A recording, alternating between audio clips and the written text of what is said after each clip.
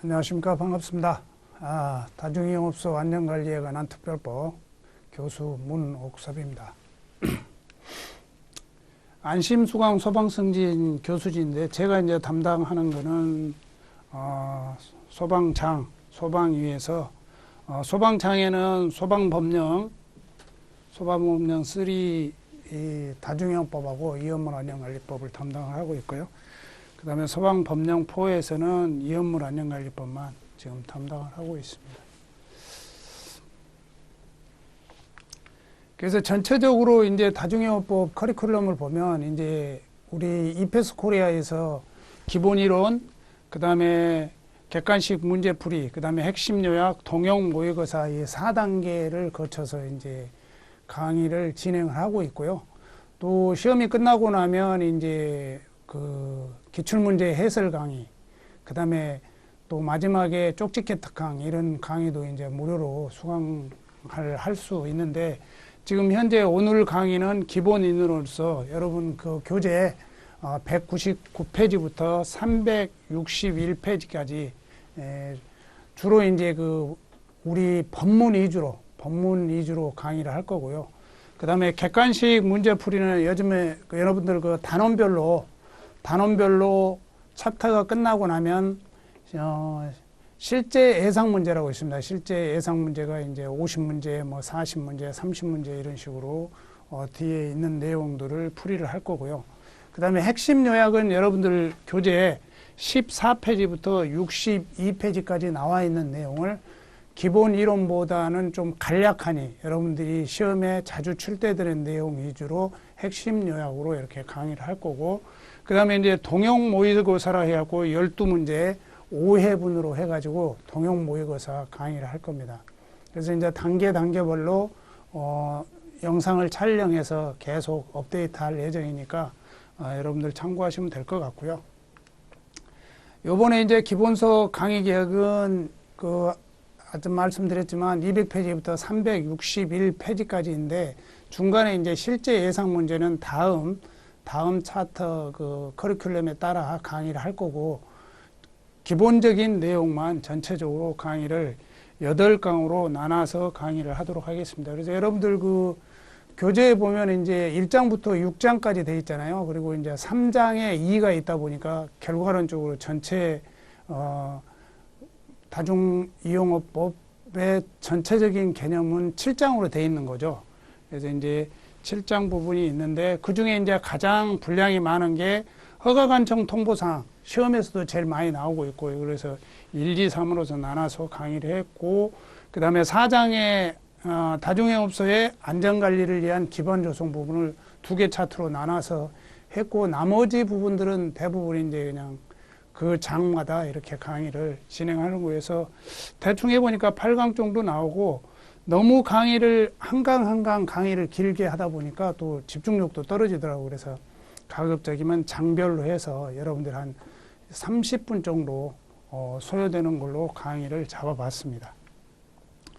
그래서 이제 먼저 이제 그동안 이제 7개년 94문제에 대해서 단원별 출제 경향을 한번 제가 분석을 해봤습니다. 그래서 17년도부터 2023년 작년까지 문제에 분석을 해보니까 이제 전체적으로 문제 수는 보통 11문제에서 12문제 출제가 되는데 17년에 인천과 경남에서 이제 자체적으로 시행하는 거. 우리가 이제 통합 소방장 이렇게 시험이 진행이 안 되고 지방별로 시험 승진이 시행이 됐었잖아요. 그 전에. 그래서 그때 인천에 11문제, 경남에 11문제, 그 다음에 매년 12문제씩 나와서 7개년 동안 94문제가 나왔습니다. 그래서 앞으로도 계속적으로 해마다 문제 수는 25문제 중에 소방법령 3인 다중이용법은 아마 12문제 나오지 않겠나 싶습니다. 그래서 그렇게 준비를 하시면 될 것 같고요.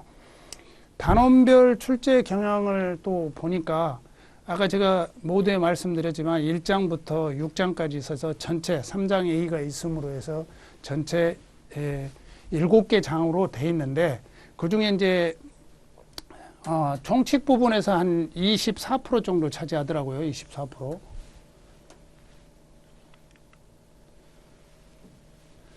총칙 부분에서 한 24%를 차지하고 있고요. 그래서 이제 총칙 부분에는 매년 그래도 한 두세 문제 정도는 계속 나오고 있다.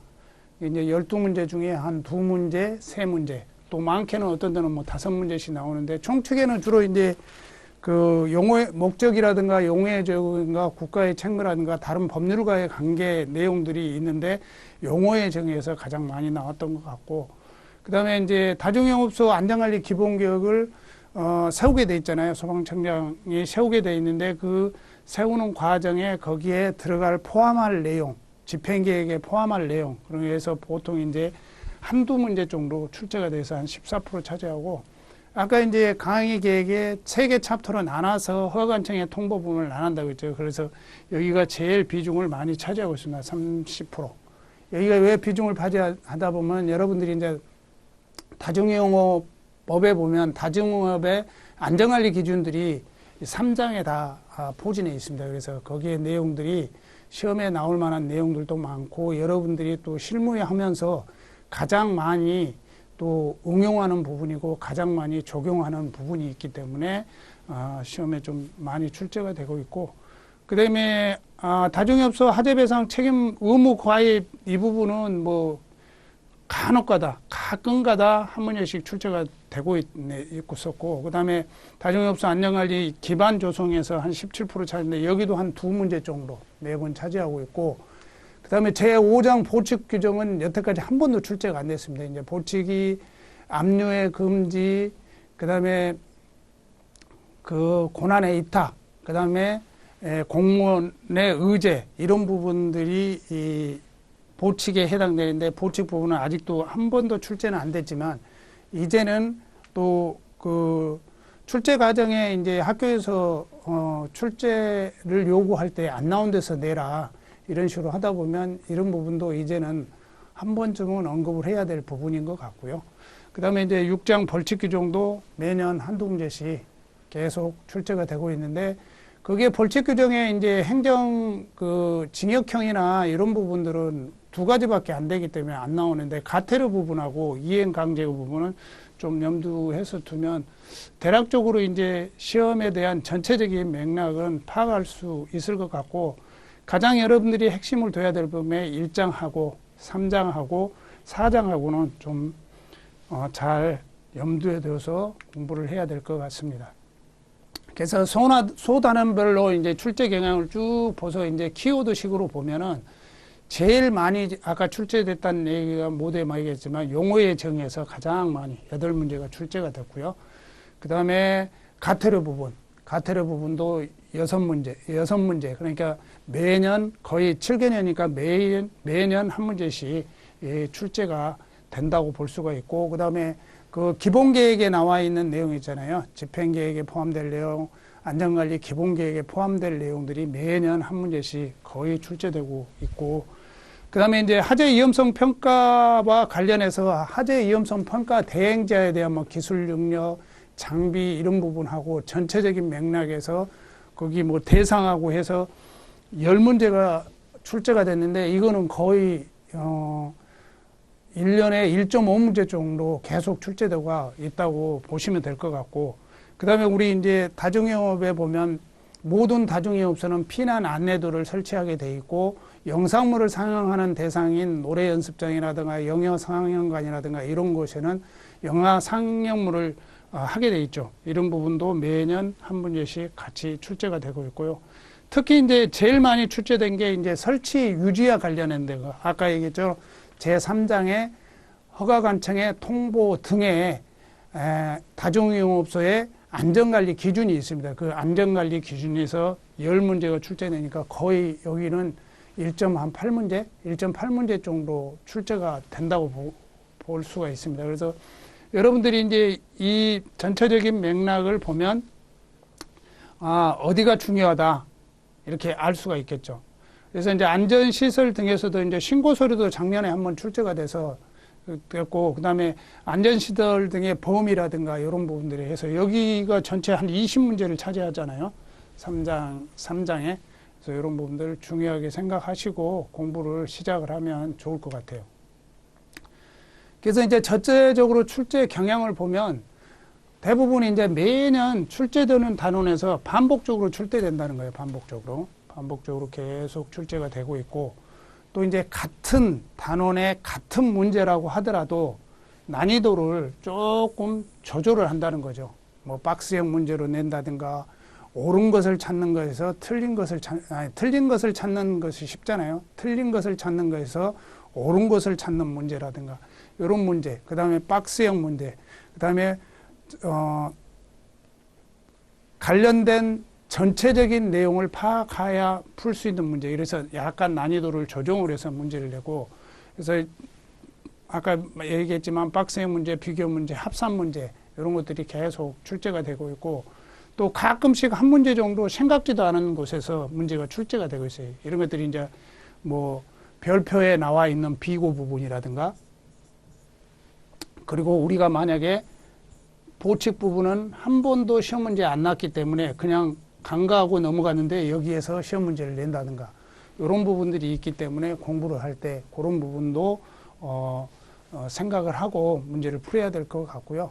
그 다음에 이제 요즘에 출제 경향 자체가 그냥 단답형인 그런 문제들은 잘 출제가 안 되고, 뭐 다중이용업소 안전관리 기준에 대한 설명 중 틀린 거, 옳은 거, 이래서 안전관리 기준의 전반적인 내용을 알아야만이 풀 수 있는 기준들, 그 다음에 뭐 화재 배상 책임 보호 가입 의무와 관련한 내용에 대한 설명 중 틀린 거, 이렇게 해서 종합적으로 알아야만이 풀 수 있는, 그렇게 법문의 법의 원문들을 알아야만이 풀 수 있는 문제들이 자주 출제되고 있다.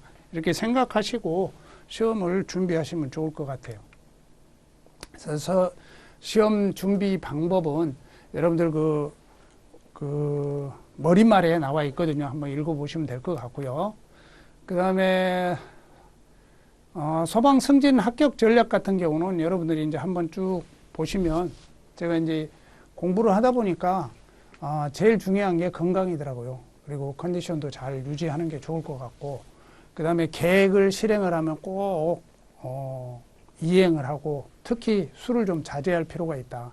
그 다음에 여러분들이 이제 3교대도 하고, 뭐 또 내근도 하고, 또 어떤 근무 체계가 또 지방마다 좀 다른 부분도 있으니까 자기 신체 리듬을 시험 시간에 맞출 필요도 있다. 이런 것도 좀 말씀을 드리고, 그 다음에 암기보다는 이해 위주로 해주시고, 그 다음에 이제 중요도는 70%, 30%는 다시 중도가라는 얘기는, 여러분들이 이제 핵심 요약이라든가 이런 게 마지막 공부를 하시고 하면 요약본만 그냥 자꾸 봐버리거든요. 근데 뭐 전체적인 종합적인 이해를 요하는 문제를 딱 내놓으면 순간 본인이 틀릴 확률이 굉장히 많습니다. 그래서 70%는 핵심 요약 부분을 중점적으로 나올 만한 문제를 공부를 하되, 30% 정도는 항상 본인이 정독을 하면서 공부할 필요가 있다, 이렇게 말씀드리고, 그 다음에 법령은 제가 이제 교재를 편찬하면서 교재 내용을 가급적이면 국가법령정보센터에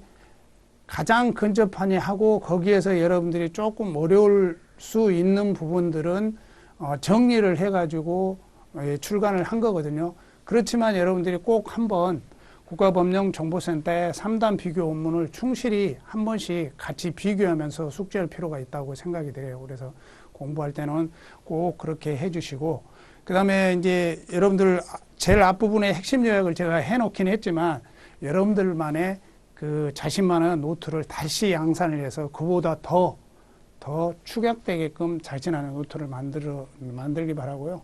그 다음에 이제 문제를 너무 많이 보지 마시고 계획 없이 문제를 풀지 말라는 거죠. 문제를 먼저 풀거나 뭐 공부 방법은 다 다르긴 하겠지만, 제 경험상으로 문제를 먼저 풀어보면 기본서를 볼 때 그 부분만 눈에 들어오지 그 외적인 부분이 눈에 잘 안 들어올 수가 있거든요. 이게 독이 될 수가 있으니까 뭐 그런 거 좀 정리해서 하시고, 그 다음에 이제 시행일을 기준으로 해서 개정된 법령을 꼭 정리하기 바랍니다. 그냥 꼭 법이 개정되면 그 부분에서 꼭 문제가 출제가 되고 있더라고요. 종전은 이제 9월 달에 시험을 보다 보니까 법이 개정돼도 뭐 그렇게 그 신규 법은 그 다음에 내거나 막 그랬었거든요.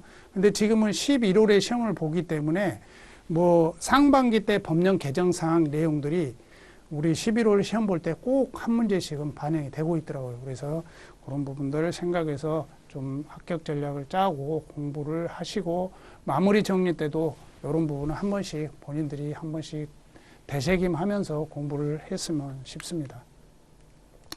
그래서 이제 본격적으로 이제 다중특별법에 대해서 한번 학습을 할 건데요.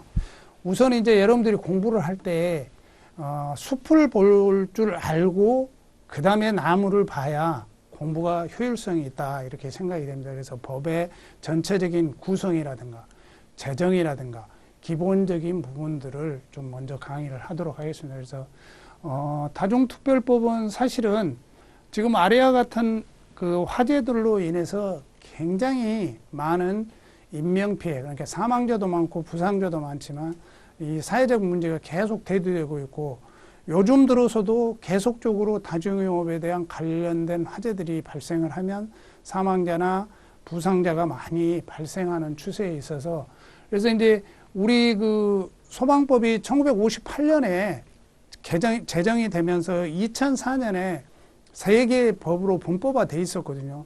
그래서 설치법에 있었던 다중유업소 안전관리에 관한 법이 2006년도 그 이후로 2006년이 2년 이후인 2006년 3월 24일 날 공포를 했다가 1년 유효기간을 주고 2027년 3월 25일 날 시행하게 됐습니다.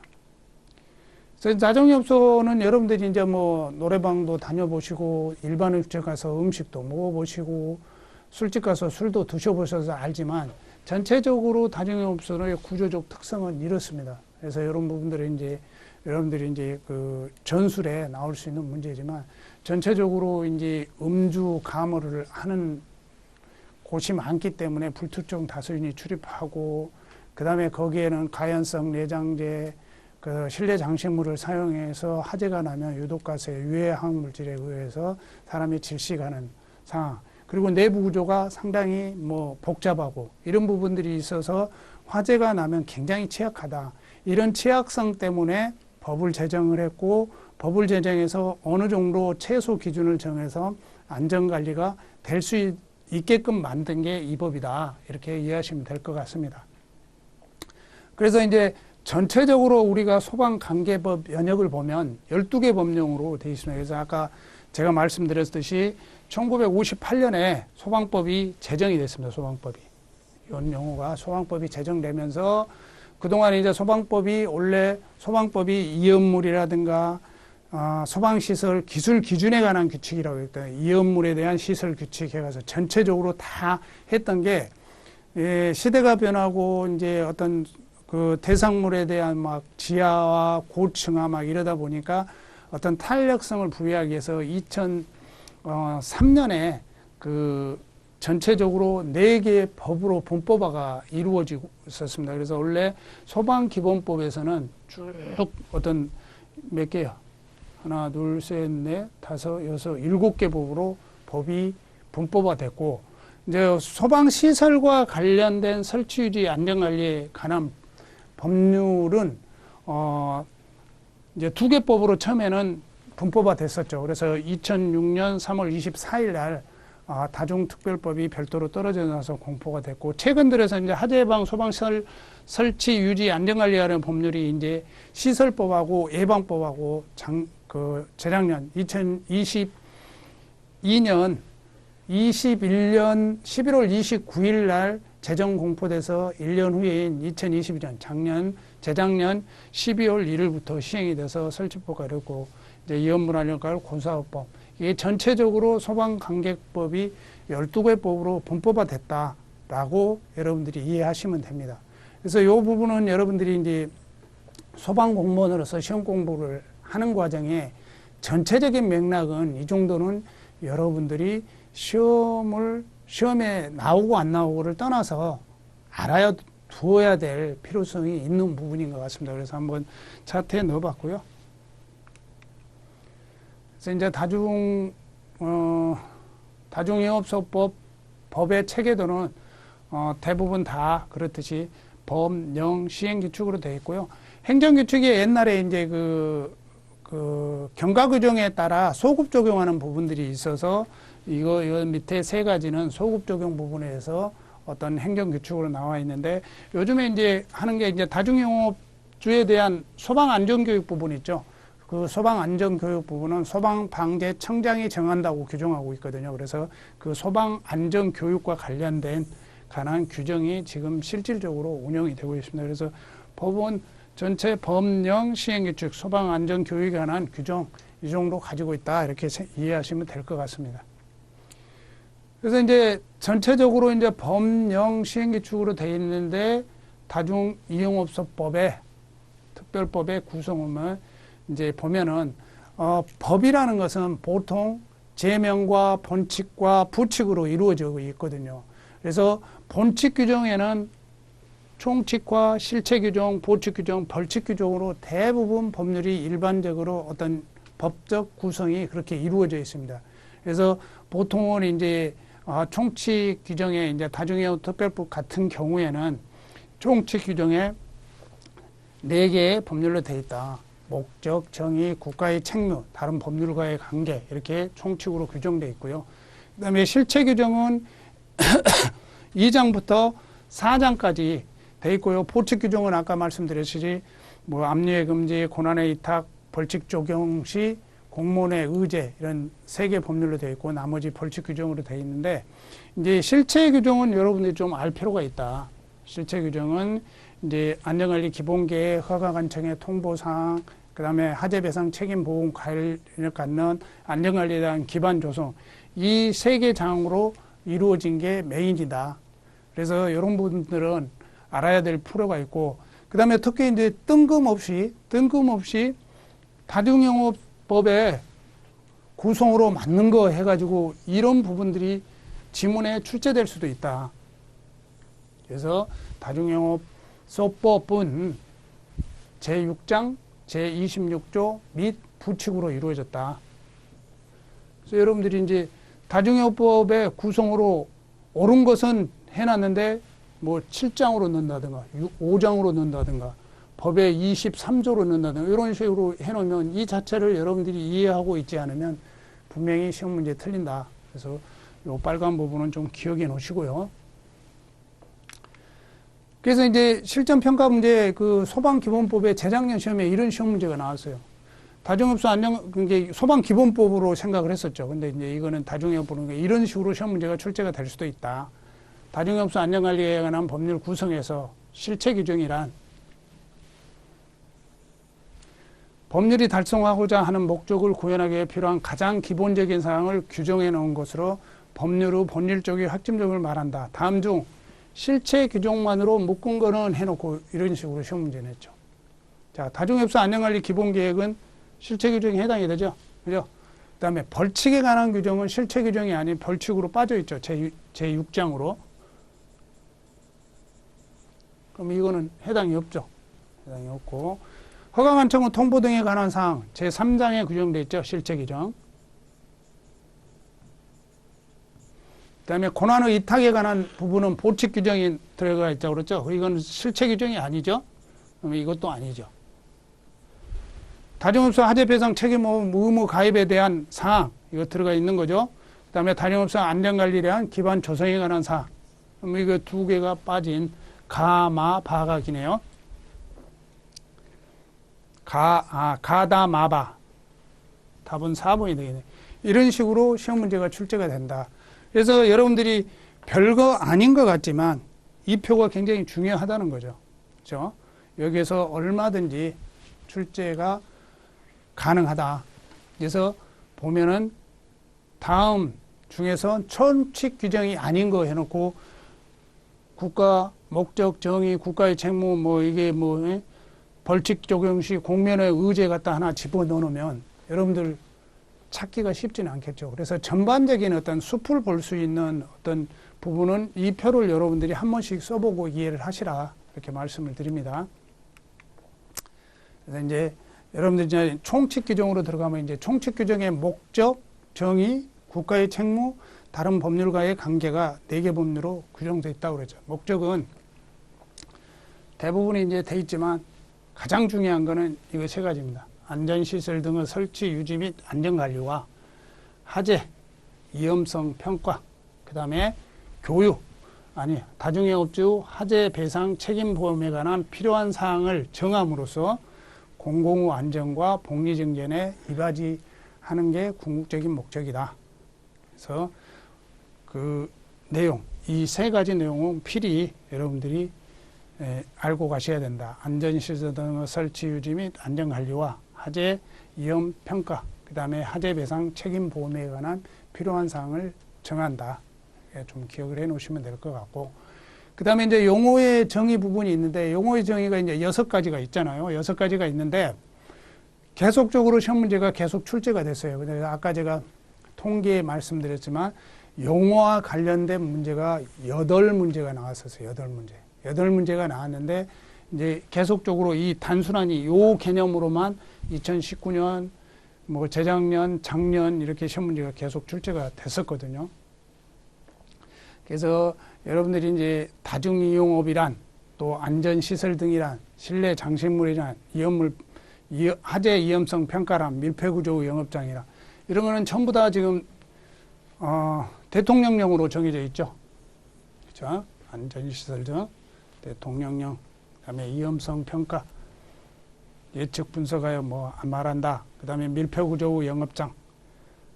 그래서 대통령으로 정하는 기준에 해당하는 영업장을 말한다. 영업장의 내부 구획이란 또 다중영업소의 영업장 내부를 이용객이 사용할 수 있도록 벽이나 칸막이 등을 사용하여 구획된 실을 만드는 것을 말한다. 이 기본적인 용어를 좀 알고 가시고, 그 다음에 두 번째, 전부 다 대통령령으로 정한한 내용, 이게 이제 시험 문제의 핵심으로 계속적으로 출제가 되고 있죠. 이런 것들을 보면, 자, 다중이용업이란, 용어의 정에서 다중이용업이란, 자, 우리 노래방, 일반 음식점, 유흥주점 이를 다니면 불특정 다수인이 출입을 하죠. 이용하는 영업중. 자, 하재 등 재난 발생하면 우선은 생명, 신체, 재산상의 피해가 발생할 우려가 있는 것으로서 대통령령으로 정한다. 이렇게 되어 있죠. 그래서 시험 문제 출제가 되는 부분이 이 대통령령으로 정하는 다중이용업소가 중요하겠죠. 그래서 그런 것들을 여러분들이 전체적으로 파악할 필요가 있다. 그래서 대통령령으로 정하는 다중이용업소 종류는, 여러분이 이제 법문에는 뭐 식품위생법, 게임 진흥에 관한 법률, 뭐 이런 여러 내용이 들어가 있으면서 그것에 대해서 다중이용업 범위에 들어간 내용들이 있죠. 이런 부분들을 요약해서 정리하면, 일반 음식점이나 휴게음식점, 제과점 영역, 그 다음에 이제 요새 생긴 부분이 공유 주방 영업 중에서 이제 주방을 공유로 사용하는 영업 중인 그 휴게음식점, 일반 음식점, 제과점은 지하층에 있는 경우에는 66제곱미터, 3.3으로 나누면 20평 정도 되겠죠. 그 다음에 66제곱미터 이상. 지상층 같은 경우는 100제곱미터 이상인 경우에는 다중이용의 범위에 들어간다. 그 다음에 게임 제공업, 인터넷 컴퓨터 시설 제공업, 일명 우리가 말하는 PC방이죠. 그 다음에 복합 유통 게임 제공업, 이런 거는 층별, 면적별 구분 없이 무조건 이 업을 낸 데는 다중업에 해당이 된다. 근데 아까 얘기했듯이 휴게음식점이나 일반 음식점, 제과점 영업 부분은 영업장이 지상 1층이나 지상과 직접 접하는 층에 설치되고 그 영업장의 주된 출입구가 건축물 외부 지면과 직접 연결되어 있는 영업하는 곳은 제외한다. 이렇게 되어 있어요. 그래서 여러분들이 건축물에 보면 표고에 따라 지하층으로 건축으로 돼 있지만 언덕으로 돼 있어 반대편에서 보면 1층인 경우도 있고, 또 1층인 경우에 해당되는 경우도 있는 복층으로 사용하는 데도 있잖아요. 이런 것은 100제곱미터가 넘더라도 다중업에 해당되지 않는다. 요 외의 조항은 여러분들이 좀 기억할 필요가 있고요. 그래서 이제 복층구조 영업장과 피난층에 따른 다중업 범위인데 아까 휴게음식점이나 제과점 영업은 실 사례들을 보면 이제 요즘은 교재에 나와 있지만 자 지면과 직접 접해 있는 층 지면 이게 이제 지면이잖아요. 지면과 접해 있는 층은 100제곱미터가 넘더라도 다중영 범위에 해당되지 않는다. 그 다음에 요 제외되는 기준에서 아까 얘기했잖아요. 이 표고에 따라 이쪽에 지하층이지만 이쪽에서 봐서는 1층이잖아요. 지하 1층이지만 이제 지면하고 겹쳐 있고.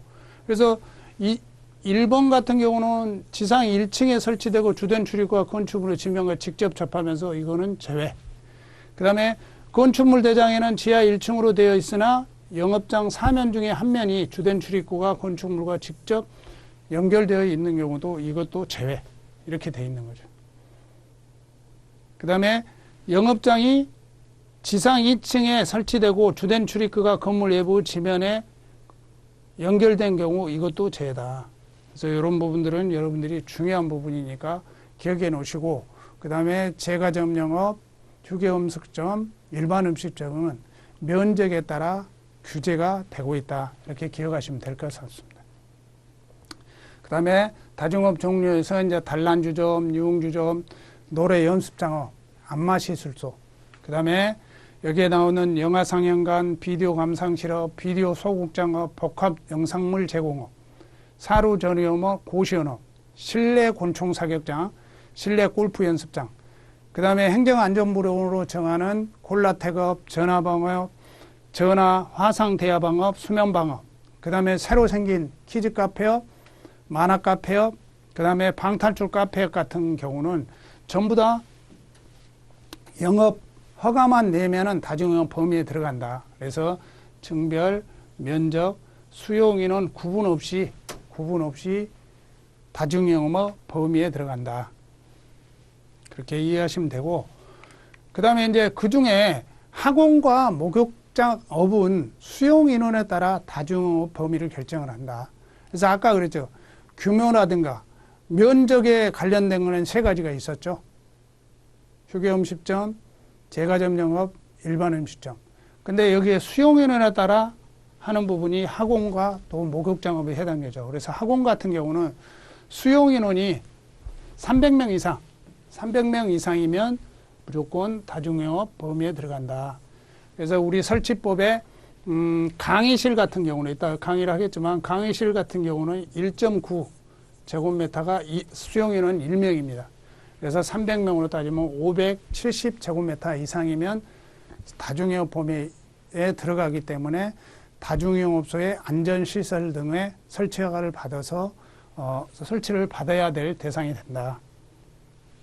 그 다음에 수용인원이 100명에서 300명 미만으로서 아래의 내용들.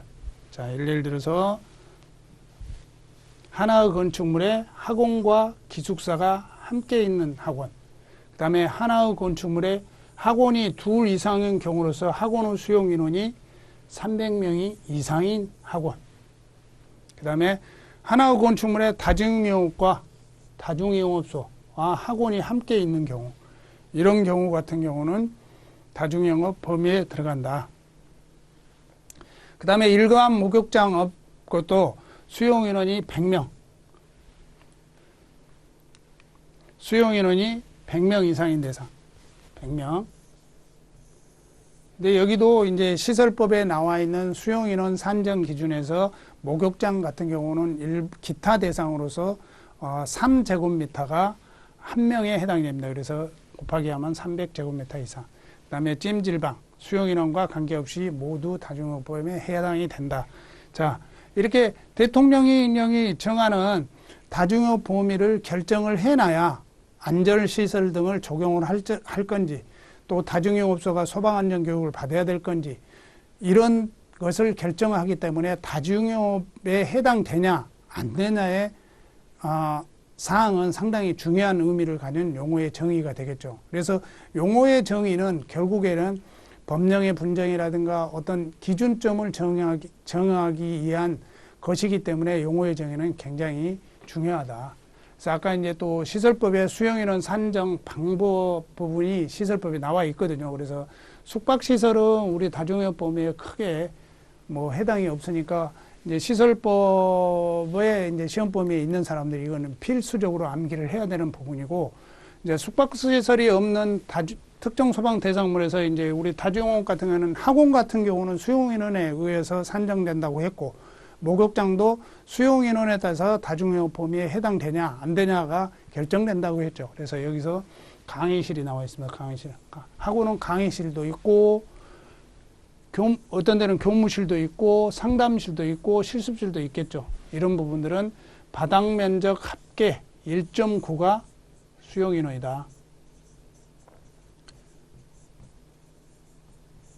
그래서 학원의 다중이용 범위는 300명 이상이라고 했죠.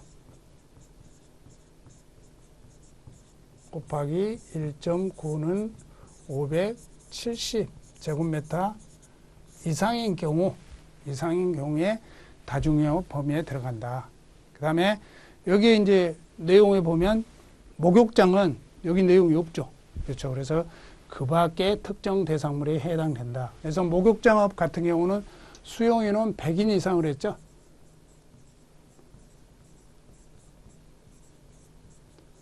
그럼 곱하기 3제곱미터를 하면 300제곱미터 이상의 경우 다중이용 범위에 해당이 된다. 이렇게 이해하시면 될 것 같습니다. 그래서 학원의 다중이용 지정에서 아까 말씀드렸듯이 학원과 기숙사가 함께 있는 경우, 이거는 이제 조건을 줬죠.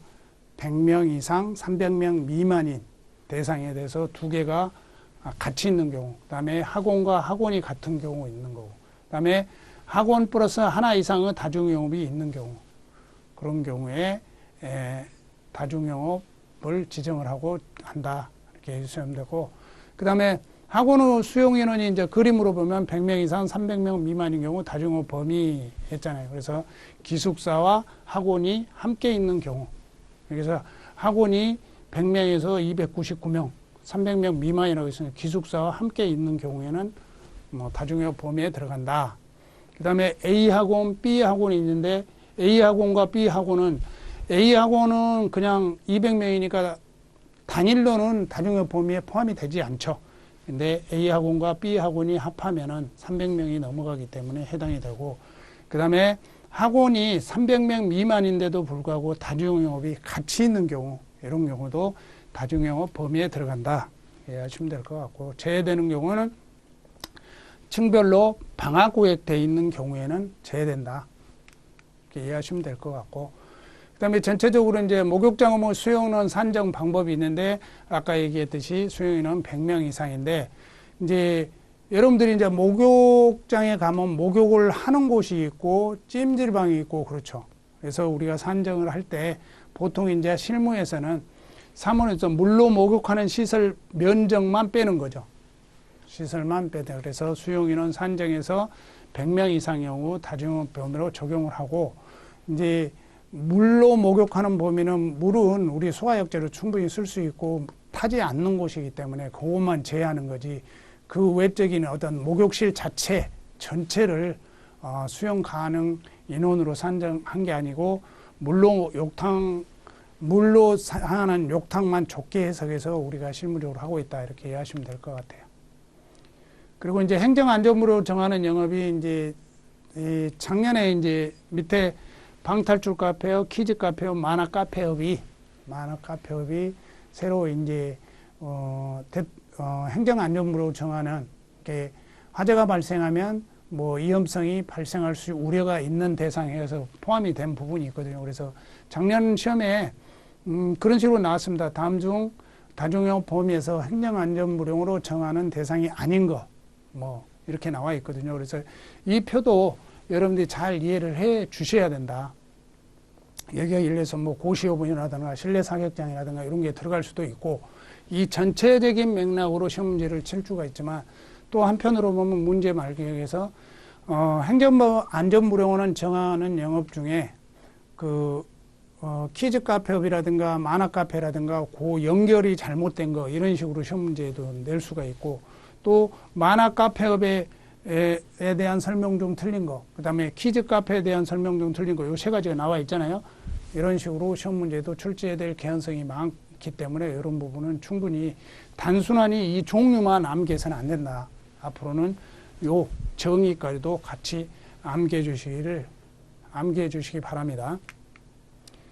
그 다음에 용어의 정의에 이제 안전시설 등이란 2018년도에 시험 문제 중에 이거는 이제 거의 뭐 매년 시험 문제 출제된다고 보시면 됩니다. 우리 시설법에 소방시설이란 이렇게 나와 있죠. 그래서 소방시설엔 소화설비, 경보설비, 피난설비, 소화용수설비, 소화활동산설비 이렇게 해서 시설법에는 돼 있죠.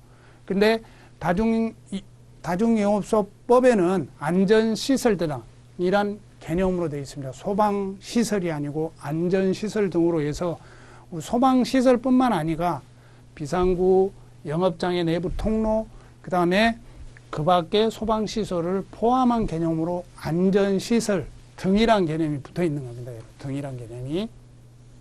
그래서 단순하니 소화설비, 경보설비, 피난설비만 있는 게 아니고 여기에 비상구, 영업장의 내부 통로, 그 밖의 시설까지 포함해서 안전시설 등이란 표현을 하고 있다. 그래서 이제 여기에서 이제 시험 문제가 자주 출제되는 부분이 다음 중 안전시설 등의 소방시설이 아닌 거 했으면 여기서 시설법에는 소방용수설비가 소방시설에 해당되죠.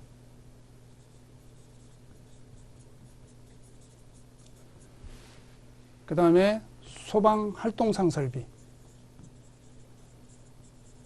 이런 걸 집어넣겠죠. 그래서 여기에는 소화전, 저수조, 급수탑 이게 들어가 있죠.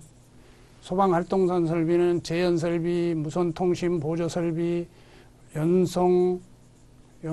연결송수관 설비, 연결살수설비, 연소방지설비 이런 것들이 들어가 있죠. 근데 여기에는 해당이 없다. 이런 것들이 다음 중 안전시설 등의 소방시설에 해당되지 않는 거 해서 이런들 하나 집어넣겠죠. 그 다음에 모두 고르시오 이렇게 낼 수도 있고, 요번에 이제 시험 문제 출제된 게 안전시설 등의 피난 설비 중에 피난기구에 해당되지 않는 거, 요 부분이 나왔어요. 요번에 2023년에 시험에. 그래서 전체적인 맥락을 이해하는 문제도 필요하지만 부분 들어가서 다음 중 피난설비, 안전시설 등 중에 소방시설 중 피난설비가 아닌 거 해서 전체적인 개념도 있겠지만 피난기구가 아닌 거, 피난기구를 모두 고르시오. 뭐 이런 식으로 시험 문제가 출제가 충분히 있다. 그래서 부분까지 해서 요 표는 명확히 이해를 해 주시고, 그 다음에 대통령이 정하는 안전시설 등 중에 그 밖의 시설을 모두 고르시오. 이렇게도 시험 문제가 출제가 될 수가 있잖아요. 그렇죠? 시험 문제 모두 고르시오라고 해서 영상음향 차단장치, 누전 차단기, 창문 이렇게 세 가지가 있다는 거. 이런 것까지 여러분들이 이 표는 충분히 이해를 해 놓으셔야 됩니다. 그래서 이제 여러분들이 이제 뭐 공부하다 보면 지금 피난기구에 승강식 피난기 좀 보기가 어렵죠. 요즘에 이제 성능위주 소방 설계 대상에 대해서는 승강식 피난기를 많이 적용을 하고 있습니다. 그래서 한쪽이 내려가면 한쪽이 올라오고, 그래서 요 위에 이제 노약자라든가 해서 피난 쪽에 타면은 저절로 내려가게끔 이렇게 되어 있습니다. 아래층으로. 그래서 전체적으로 이렇게 비상 탈출할 수 있는 시설이 최근 들어 이제 적용해서 성능위주 소방 설계 대상인 뭐 공동주택이라든가 이런 데 지금 적용을 하고 있습니다. 그 다음에 이제 실내 장식물이라는 개념, 이것도 이제 2018년에 시험 문제 출제가 됐고요. 그 다음에 이제 실내 장식물은 이제 용어가 그 건축물 내부에 천장 벽에 설치하는 것으로서 네 가지가 딱 나와 있죠. 그래서 시험 문제 출제하기가 굉장히 좋게 돼 있잖아요. 네. 종이류, 합성 수지류 또는 섬유류를 주 원료로 한 물품. 그 다음에 합판, 목재, 그 다음에 간이 칸막이. 간이 칸막이 개념은 그 법에 나와 있죠. 접이식 등 이동 가능한 벽체나 천정 반자가 실내에 접하는 부분까지 구획하지 아니한 벽체를 말한다. 이렇게 되어 있고, 그 다음에 흡음재, 그 다음에 방음재인데 커튼까지도 포함하고 있다. 요 네 가지 꼭 기억해 놓으시고, 그 다음에 실내 장식물에 제외되는 부분은 이제 가구류 같은 거는 제외하고요. 가구류도 이제 용어에 그 가로 닫고 이렇게 법문에 보면 나와 있죠. 옷장, 찬장, 식탁, 의자용, 사무용, 계산대 그 밖에 이와 비슷한 것이 가구류다. 그 다음에 높이 10cm 이하의 반자돌림대. 그 다음에 건축법에 따른 내부 마감 재료. 근데 반자돌림대 하면 여러분 이제 건축에 관련돼서 여러분들이 이제 좀 어렵게 생각하실 수도 있는데, 아파트 보면 이제 천정이 있고 그 밑에 반자 그 도배를 해놓은 내장재가 있잖아요. 그 코너 머리에 넣어 있는 그게 반자돌림대라고 생각하시면 됩니다. 여기 이제 건축물이 보면 이게 천장입니다. 천정이 아닙니다. 천장이 있고, 여기에 이제 뭐 시설이 이런 데 들어가 있잖아요. 이게 이제 반자가 있겠죠. 그럼 여기 이제 마무리하기가 어려우니까 기역자로 이런 식으로 이런 것들을 반자돌림다. 바닥에는 뭐가 있어요? 한 10cm 정도의 걸레바지가 들어가죠. 이런 것들 용어를 좀 알 필요가 있어요. 그래서 그다음에 하재 이연평가의 정의, 하재 반응성과 로 인한 불특정 다세며 생명, 신체, 재산상의 피해, 주변의 피해 미치는 영향을 예측 분석하고 이에 대한 대책을 마련하는 거 해서 이런 부분들은 이제 만약에 가로놓기 문제로도 낼 수가 있겠죠. 이렇게 가로를 넣는다든가 아니면 예측 분석에 가로를 낸다든가 이런 부분도 넣는다든가 이렇게 단순하니 문제를 낼 수가 있다. 그 다음에 이제 밀폐구조의 영업장, 이거의 정의에 신설하는 이유는 이제 그 간이 스프링클러 설비를 설치하려고 하는 거거든요. 무창층이 되면 위험하잖아요. 유독가스가 체류하기 때문에. 그래서 스프링클러 설비를 설치하기 위해서 밀폐구조의 영업장이라는 것을 만들었는데, 지상층에, 지하층이 아닙니다. 지상층에 있는 다중이업소. 그러니까 이런 부분들을 문구를 지하층으로 해서 옳은 거 틀린 걸로 만들 수가 있어요. 그러니까 지상층이 맞습니다. 영업장 중에 채광, 환기, 통풍, 피난 등이 용이치 못한 구조로 무창층 요건을 모두 갖춘 영업장을 말한다 했는데, 이제 시설법에 무창층이란 개념이 나옵니다. 무창층이란 창이 전혀 없는 게 아니고 일정 규모가 넘어가는 대상, 이하인 대상을 무창층이라고 하거든요. 그 대상이 이거거든요.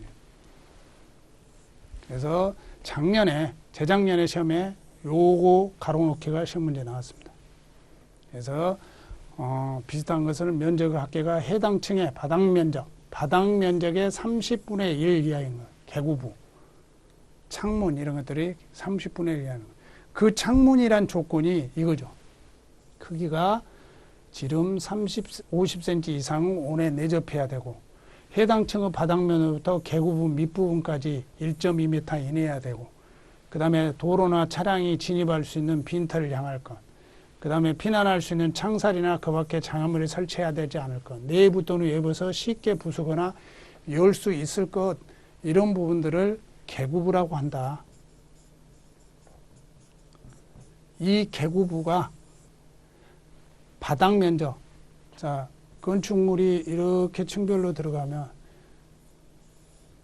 이 전체가 바닥 면적이죠. 여기에 창문의 크기가 이 면적의 30분의 1 이하인 경우를 결국에 무창층이라 한다.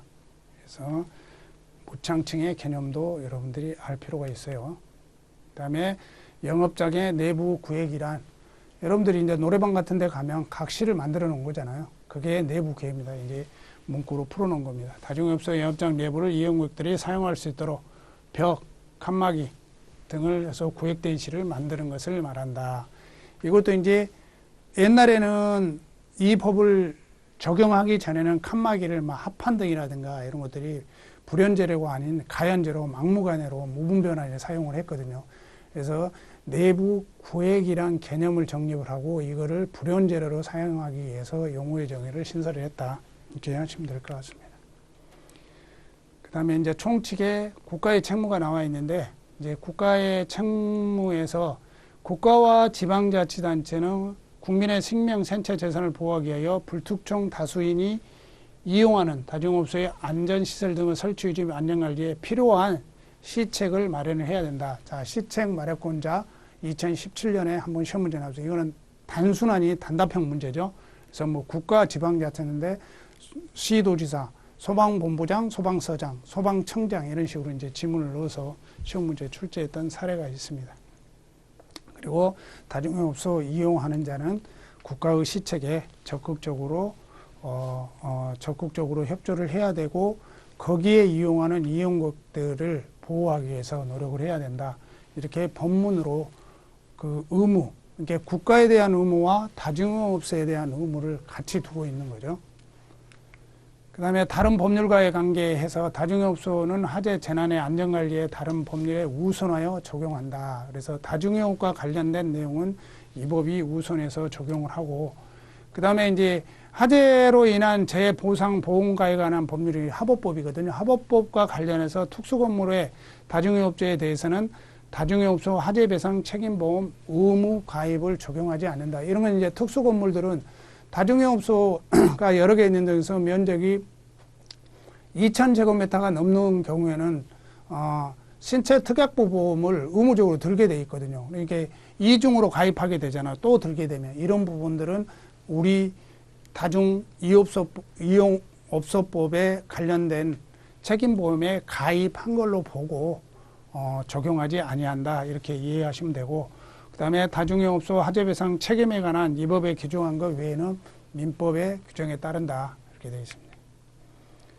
그래서 화재배상 책임보험 의무 다중업소는 아까 얘기했더니 바닥면적 2,000제곱미터인 건물, 그 다음에 실내 사격종으로 사용하는 것들은 그 신체에 손해배상 특약구 화재보험을 가입해야 될 의무 대상입니다. 그래서 이 지금 이 부분 있죠. 전체적으로 용도해가지고 2,000제곱미터 이상인 대상. 그래서 용어의 정의 전체적으로 이제 정리를 해보면 다중이용업이란 해가지고 26개인가 나왔죠. 그래서 불특정 다수인에서 재난 발생 시 생명, 신체, 재산상 피해가 발생할 우려가 높은 대통령령으로 정하는 영업이다. 근데 그 대통령령으로 정하는 영업 중에 층별, 면적별, 뭐 용도별 구분 없이 수용인원 구분 없이 하는 대상이 있고 면적의 규정에 의해서 그 규모에 따라 다중의 범위에 들어가는 게 있고 수용인원에 따라 다중의 범위에 들어가는 부분이 있었죠. 이 부분은 여러분들이 숙지를 해 주시기 바라고, 그 다음에 안전시설 등은 소방시설, 비상구, 영업장 내부 통로, 그 밖에 안전시설로서 대통령이 정하는데 그 표를 명확히 여러분들이 이해하시라고 드렸었고, 그 다음에 실내 장식부는 천정 또는 벽에 설치한 것으로 대통령령이 정하는 것인데 네 가지가 있다. 저거 종이류인데 종이류도 2mm 이상, 그 다음에 섬유류, 합성수지류를 올려라 하는 물품, 합판, 목재, 간이, 칸막이, 흡음재, 방음재 이런 것들이 실내 장식물에 해당된다. 그 다음에 화재 위험성 평가에 대한 가로놓기를 놓을 수가 있으니까 전체 정의는 알고 가시라고 그랬고, 밀폐구조 영업장, 그래서 무창층의 요건, 무창층은 바닥 면적의 30분의 1이다. 옆면적의 30분의 1이 아닙니다. 바닥 면적의 30분의 1. 이 개념 좀 이해하시면 될 것 같고, 영업장은 내부 구역은 벽 또는 칸막이 등을 사용하여 구획된 실을 만드는 건데, 밀폐구조 영업장은 간이 스프링클러 설비를 적용하기 위해서 용어가 신설된 거고, 영업장의 내부 구획에 대한 용어는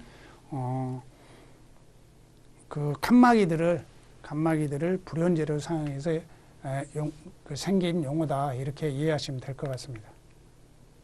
그 다음에 아까 말씀드렸전에 다중영업 적용 기준에 수용인에 따라 다중영업에 해당하는 것은 학원 목욕장업이고 면적, 층별에 따라 다중영업에 해당되는 것은 휴게음식점, 제과점 영업, 일반 음식점 영업, 그 다음에 거기에 공동 주방을 운영하는 업도 포함되어 있는데 여기에 이제 외 조항을 두었죠. 지상으로 직접 통하는 출입구라든가 이런 것이 지상층에 있는 경우는 제외한다. 100제곱미터가 넘더라도 제외한다. 이런 외 조항을 좀 하시면 될 것 같고, 그 다음에 수용인원, 면적, 층별 기준 없이 다중업에 해당하는 것은 요거 학원, 목욕장 이거 5가지 외에는 전부 다 수용인원, 면적, 층별 기준 없이 전부 다 다중영업범위에 들어가기 때문에 행정관청이 허가를 하기 전에 소방시설, 안전시설 등 안비증명을 받아오도록 하게 되어 있습니다. 그래서 이런 개념들 정리하시면 될 것 같고, 그다음에 아까 말씀드렸죠. 행정안전부령이 정하는 다중영업도 전체 개념을 이해하시고, 또 암기팀은 키즈 카페 진압에 방수 안전을 개할 것, 4.7 뭐 이런 식으로 저는 암기를 했습니다. 그래서 좀 외우시면 될 것 같고, 그 다음에 안전시설 등이란 개념 전체 이해하시라고 그랬습니다. 그래서 작년에 이런 개념의 시험 문제가 나왔다. 피난기구가 아닌 거. 그래서 얼마든지 문제는 여기서 양산할 수 있는 거죠. 그래서 연결이 잘못된 거, 뭐 피난기구를 모두 고르시오, 피난 설비를 모두 고르시오, 소방시설이 아닌 거, 소방시설을 모두 고르시오, 뭐 그 밖에 시설을 모두 고르시오. 이런 식으로 시험 문제 충분히 나올 가능성이 굉장히 많다. 그래서 다중영업 범위는 여러분들 잘 기억해 놓으시고, 행정안전부령이 정하는 영업 쭉 보시고, 최근 6월 8일 날 시행 중인 신종 다중영업은 방탈출 카페업, 키즈 카페업, 만화 카페업이라는 거. 그다음에 학원 후 다중이용업 기준은 수용인원 300명 이상, 이로서 학원과 기숙사가 같이 있는 거, 학원과 학원이 같이 있는 거, 학원과 다중영업이 같이 있는 거, 실내 장식물의 개념, 그 다음에 실내 장식물이 제외되는 것, 가구류 너비 10cm 이상의 반자돌림대 내부 마감 재료, 건축법에 대한 내부 마감 재료, 그 다음에 안전시설 설치에 필요한 시책고자는 국가와 지방자치단체, 안전시설 등의 종류 중 소방시설은 소화설비, 피난설비, 경보설비가 있다. 여기에 소방용수설비나 소방활동상 설비는 해당이 없다. 그 다음에 안전시설 등 종류 등의 피난기구는 미피, 구안, 다승, 저는 그렇게 해왔거든요. 그래서 미끄럼대, 피난, 사다리, 구조대, 왕관기, 미피, 구안, 다승. 그래서 다수인 피난장비, 승강식 피난기구. 그 다음에 안전시설 등의 구분해서 쫙 했죠. 소경, 비상구, 영업장의 내부 통로, 그 밖의 설비로. 그 다음에 안전시설 등 구분해서 그 밖의 시설은 영상음향 차단장치, 누전 차단기, 창문이 있다. 그 다음에 밀폐공작업장 무창층이란 개구부 면적의 합계가 해당 층의 바닥 면적, 연면적이 아닙니다. 뭐 건축 면적, 연면적 이런 거 들어가면 안 됩니다. 바닥 면적입니다. 바닥 면적 30분의 이하가 되도록 되는 층 이렇게 되어 있습니다. 1강은 전체적으로 총칙 개념에서 용어의 정의 부분이 굉장히 중요하기 때문에 여러분들 용어의 정의 중에 대통령령이 정하는 내용들은 충분히 숙지를 하셔야 됩니다. 매년 여기에서 한 문제씩 계속 출제가 되고 있기 때문에 여기는 무조건 한 문제다. 아니면 2문제까지도 출제가 되고 있거든요. 그래서 상당히 중요하고 전체 개념에서 한 24% 정도 차지를 하고 있으니까 중요한 단원이니까 꼭 대통령령이 정하는 사안들 이런 부분들은 숙지를 하고 학습을 하시면 될 것 같습니다. 수고하셨습니다.